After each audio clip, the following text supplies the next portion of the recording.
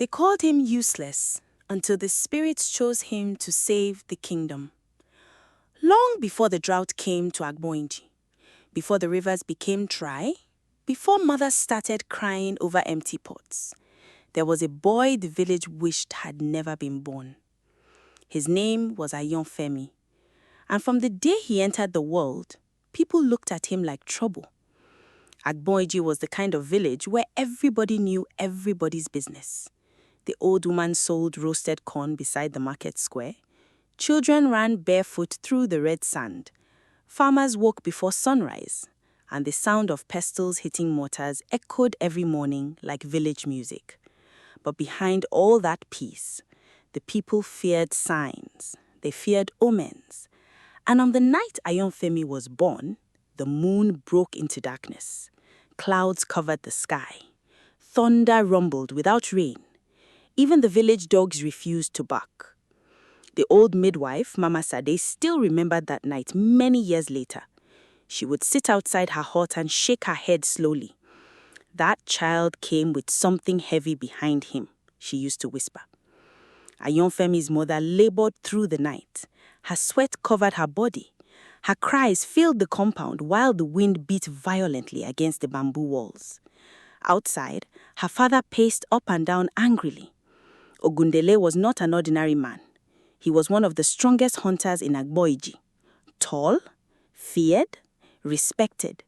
The kind of person who believed a son must be as hard as stone. He already had 2 strong boys before Ayanfẹmi came. Boys who fought with sticks and climbed palm trees without fear. So when Mama Sade suddenly opened the door and stepped outside with silence on her face, Ogundele's chest tightened. "What is it?" he asked.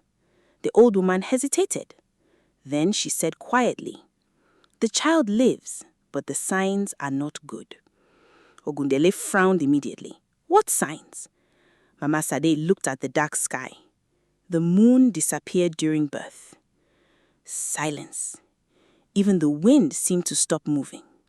In Yoruba land, people feared children born under strange signs. Some believed such children carried suffering behind them. Others believed they brought change. But change was something villagers feared. Ogundele pushed past the old woman and entered the hut. His wife lay weak on the mat, breathing slowly. In her arms was a tiny baby wrapped in cloth. The child was quiet, too quiet, not crying, just staring. Ogundele looked at him for a long moment. Then he turned away. "Name him whatever you want," he muttered coldly, and he walked out. That was the first rejection Ayanfẹmi ever received. He was less than 1 hour old. His mother, however, loved him with everything inside her. That woman suffered for that boy. Whenever the villagers whispered, she defended him. Whenever Ogundele ignored him, she held him closer. She used to carry him on her back while singing soft songs under the moonlight. And sometimes, late at night, she would stroke his head gently and whisper, "One day, the same people laughing at you now will stand because of you." Ayanfẹmi did not understand those words then. He was only a child, but somehow they stayed inside him. Years passed slowly, and truly, the village never accepted him. Some children are rejected loudly, others are rejected quietly. Ayanfẹmi's own was quiet, painfully quiet. When food was shared among the children, his portion was always smaller. When fathers carried their sons proudly during festivals, Ogundele never carried him.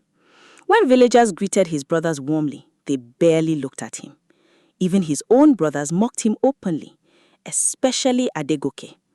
Adegoke was proud, loud, and loved attention. He fought well, hunted well, spoke like their father. Everything Ogundele wanted in a son, Adegoke was becoming. And because of that, he enjoyed humiliating Ayanfẹmi. "Ainilo," he would shout across the compound. "Useless boy." The other children would laugh immediately. Sometimes they threw sand at him. Sometimes they hid his sandals. Sometimes they pushed him into muddy water. But Ayanfẹmi rarely fought back. That was what confused people the most.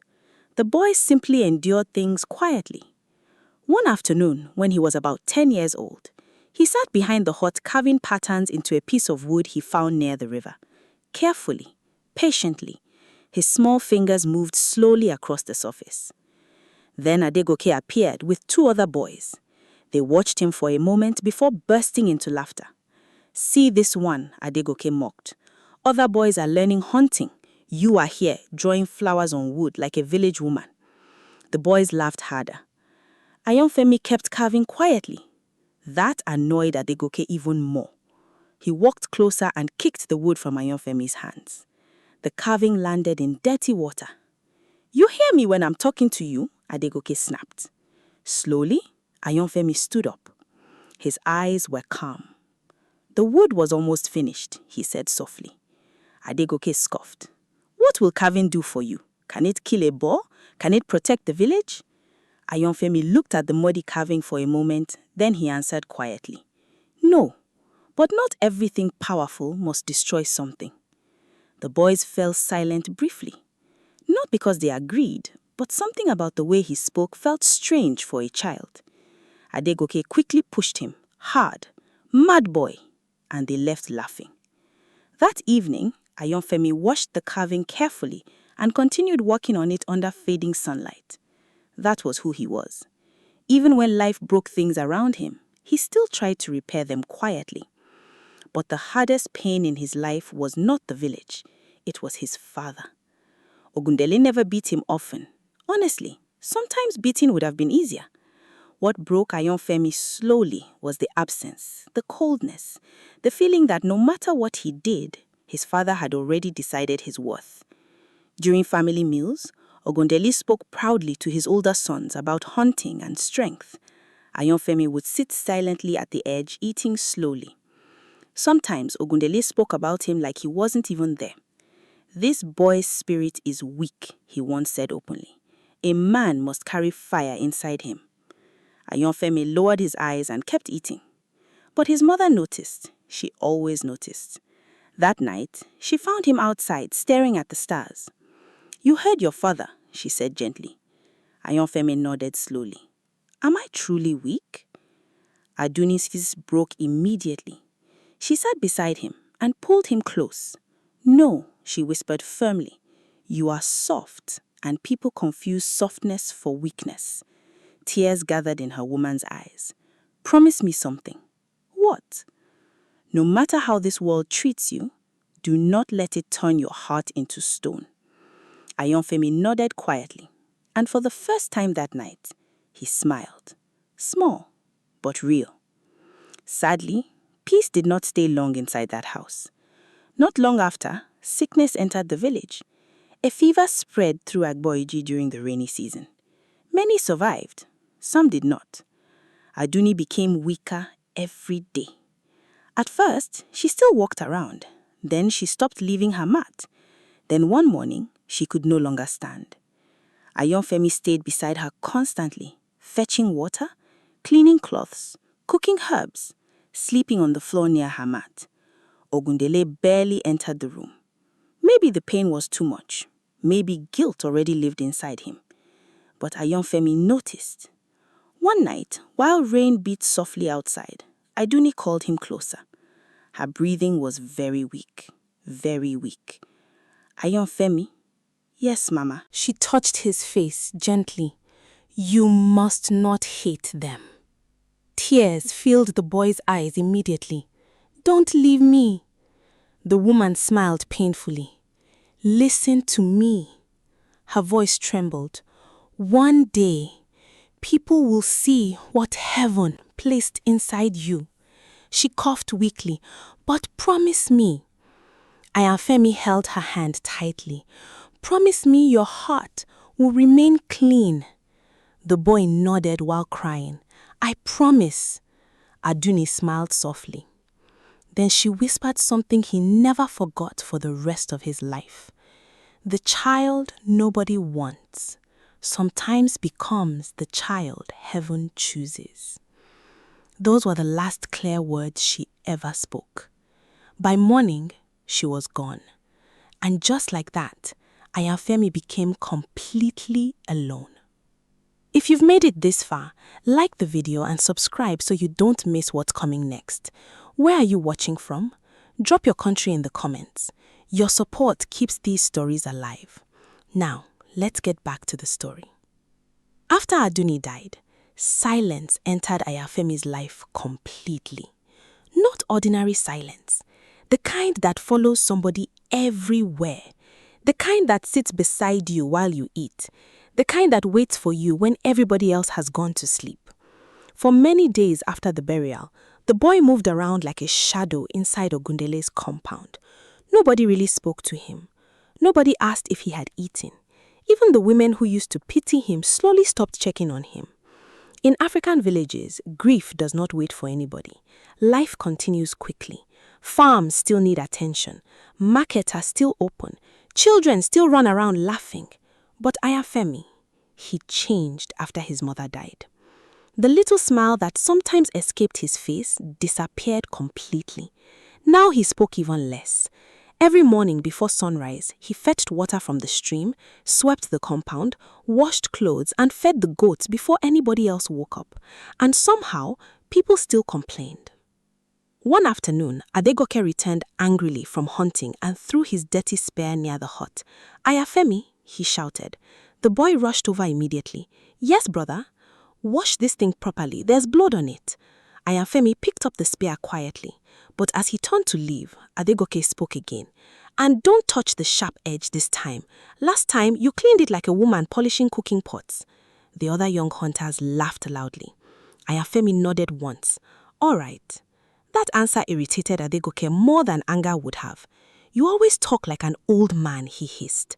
But Ayanfẹmi walked away silently. Truth was, he had already learned something very early in life. Some people enjoy your pain more when they can see it. So he stopped showing it.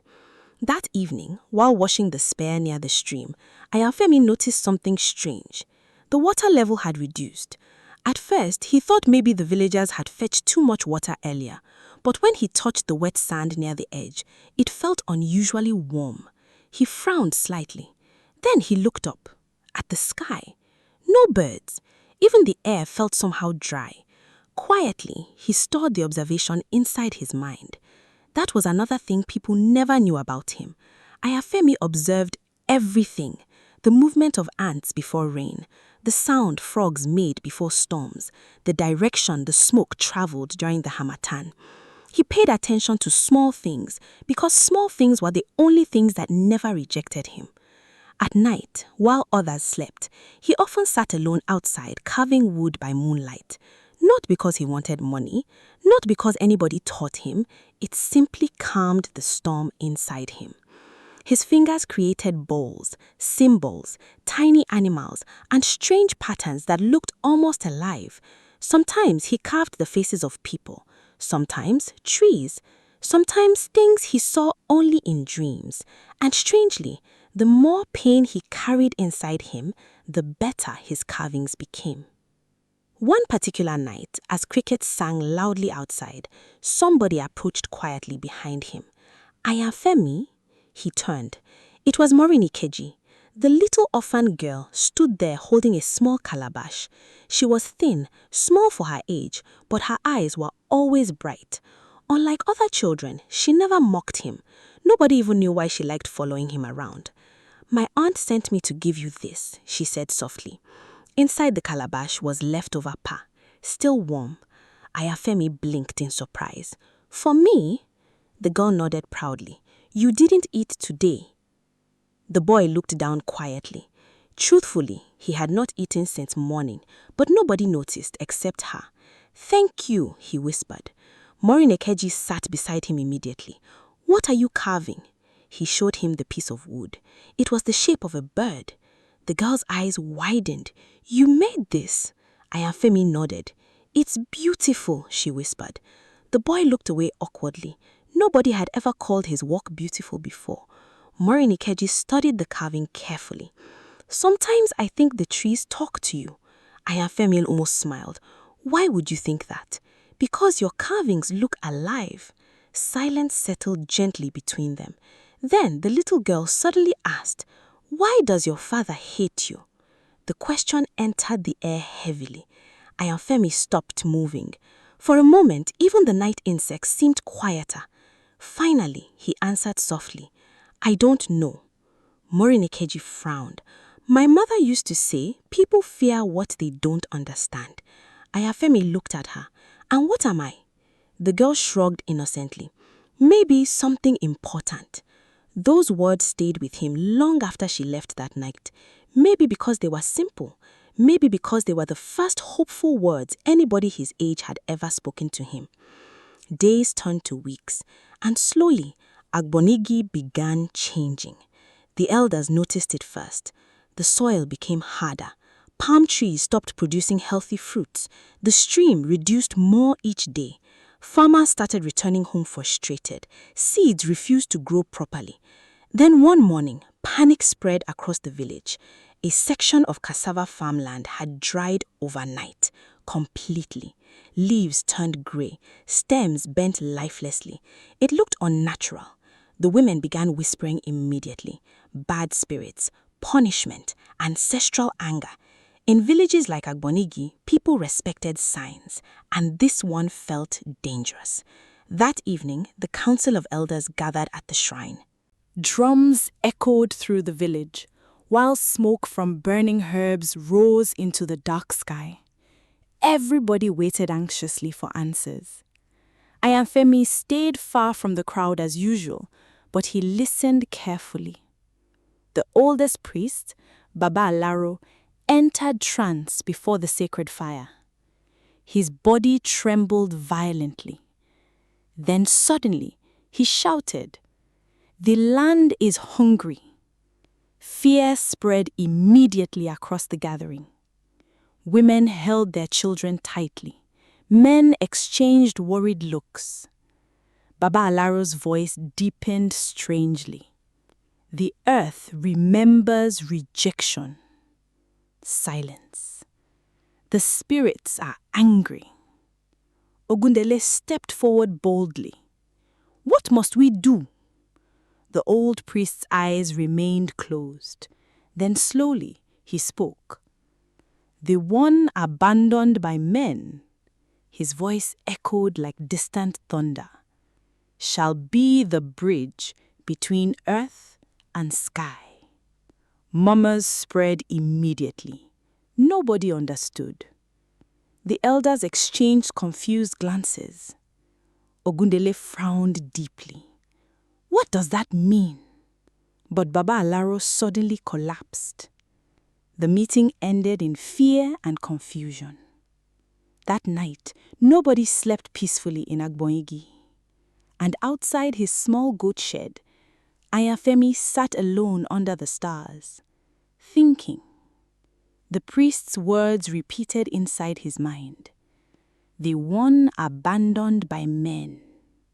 A cold breeze moved through the trees. Suddenly, he heard it. A whisper, very faint, almost like wind moving through dry leaves. "Ayanfẹmi." He froze instantly. Slowly, he looked around. Nobody, only darkness. His breathing became shallow. Again, the whisper came, soft, distant, but clearer this time. "Ayanfẹmi." The trees moved, though no wind blew. Fear crawled slowly into his chest. But strangely, the voice did not feel wicked. It felt old, ancient, like something watching him for a very long time. Then the forest became silent again, completely silent.